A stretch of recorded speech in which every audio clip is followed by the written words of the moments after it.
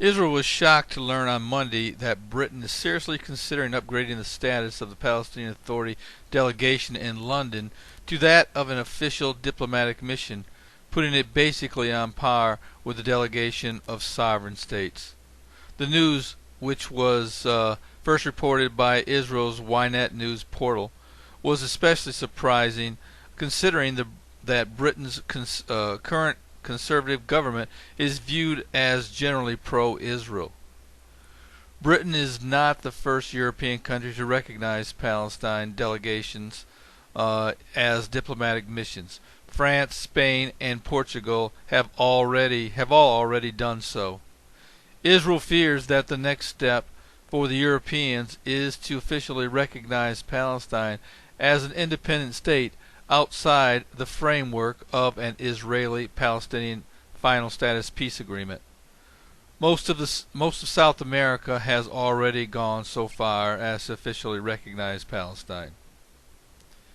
If the European Union heavyweights were to recognize Palestine as an independent state, I have to believe the U.S. would not be far behind. Of course, under previous administrations, the U.S. would have squashed such a move by its global partners. However, President Obama has no intention of standing in the way of world opinion and what is likely his secret ambition. I look for a flurry of diplomatic activity to bring in the year 2011, setting the stage for multiple nations to recognize the Palestinian state, and don't rule out the UK or France being in that number. If that is the case, the U.S. could be forced to look the other way as the UN recognizes Palestine.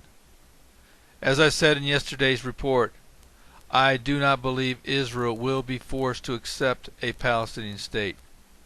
However, I do believe this could be the catalyst to get Israel back to the peace table, along with a 60 to 90-day settlement freeze.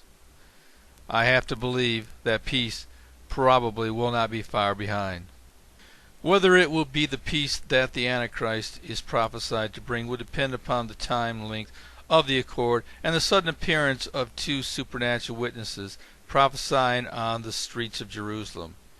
It is generally believed by most Bible-believing prophecy scholars that the two witnesses described in Revelation 11:3-8 will come on the scene almost simultaneously when the Antichrist is revealed with the signing of a 7-year peace accord with Israel and many nations.